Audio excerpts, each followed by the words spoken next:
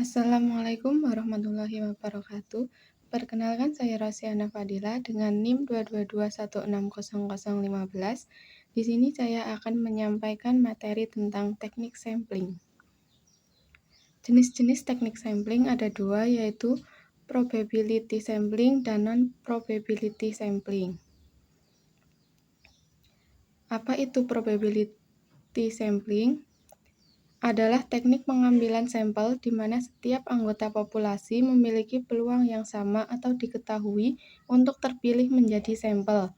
Teknik ini memungkinkan hasil penelitian lebih representatif dan dapat digeneralisasi ke seluruh populasi karena pengambilan sampel dilakukan secara acak dan terstruktur. Contoh metode probability sampling meliputi simple random sampling, stratified sampling, area random sampling.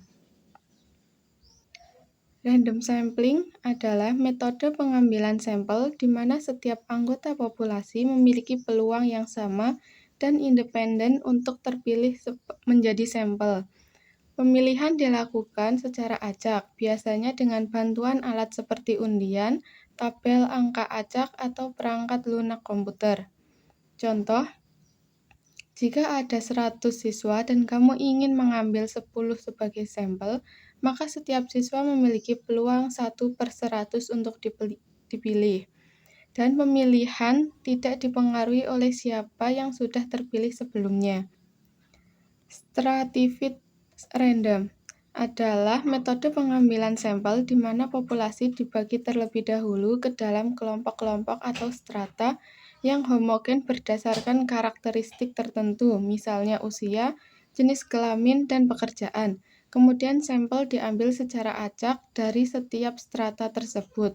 Tujuan utama metode ini adalah untuk memastikan bahwa setiap kelompok dalam populasi terwakili secara proporsional dalam sampel. Contoh, jika kamu memiliki populasi 1000 orang yang terdiri dari 600 laki-laki dan 400 perempuan, dan kamu ingin mengambil sampel 100 orang, maka kamu bisa mengambil 60 laki-laki dan 40 perempuan secara acak dari masing-masing kelompok. Area random adalah metode pengambilan sampel di mana populasi dibagi berdasarkan wilayah geografis tertentu seperti kota, desa, dan kecamatan. Kemudian wilayah-wilayah tersebut dipilih secara acak dan sampel diambil dari wilayah yang terpilih. Metode ini sering digunakan saat populasi tersebar secara luas dan sulit untuk membuat daftar seluruh individu. Biasanya digunakan dalam survei skala besar seperti sensus atau survei lapangan. Contoh, dalam sebuah negara, peneliti membagi seluruh wilayah ke dalam beberapa kabupaten.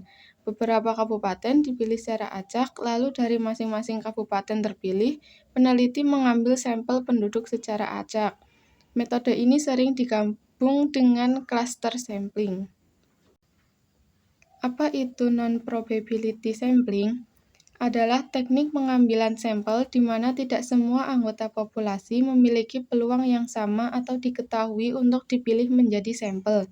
Pemilihan sampel tidak dilakukan secara acak, sehingga hasilnya tidak dapat digeneralisasi ke seluruh populasi dengan tingkat kepercayaan yang tinggi. Teknik ini sering digunakan ketika populasi sulit dijangkau atau tidak diketahui secara pasti, penelitian bersifat eksploratif atau kualitatif, waktu dan biaya terbatas. Purpose sampling adalah teknik di mana peneliti secara sengaja memilih individu yang dianggap paling relevan, kompeten, dan memiliki informasi yang sesuai dengan tujuan penelitian. Pemilihan tidak dilakukan secara acak, tetapi berdasarkan pertimbangan atau kriteria tertentu yang telah ditentukan oleh peneliti. Contoh, dalam penelitian tentang efektivitas metode pembelajaran pada guru berpengalaman, peneliti hanya memilih guru yang telah mengajar lebih dari 10 tahun. Teknik ini umum digunakan dalam penelitian kualitatif, studi kasus, atau saat jumlah informan terbatas. Snowball sampling adalah teknik di mana responden awal yang telah dipilih diminta untuk merekomendasikan atau mengarahkan peneliti kepada responden lain yang memenuhi kriteria penelitian. Proses ini berlanjut seperti bola salju yang menggelinding dan membesar, maka disebut snowball. Teknik ini sangat berguna untuk populasi yang sulit dijangkau, misalnya komunitas tersembunyi, pengguna narkoba, penderita penyakit langka, ketika tidak ada daftar populasi yang jelas. Contoh, peneliti ingin meneliti mantan narapidana. Ia mulai dengan satu narapidana yang dikenal, lalu orang tersebut merekomendasikan narapidana lain dan seterusnya.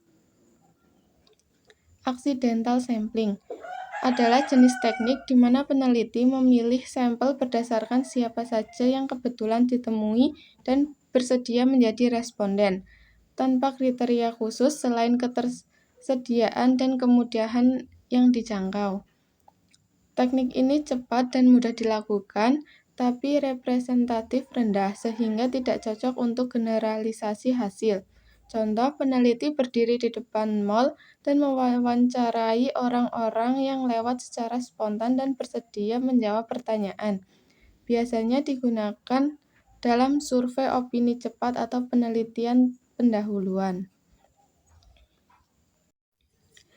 Demikian materi yang dapat saya sampaikan. Terima kasih.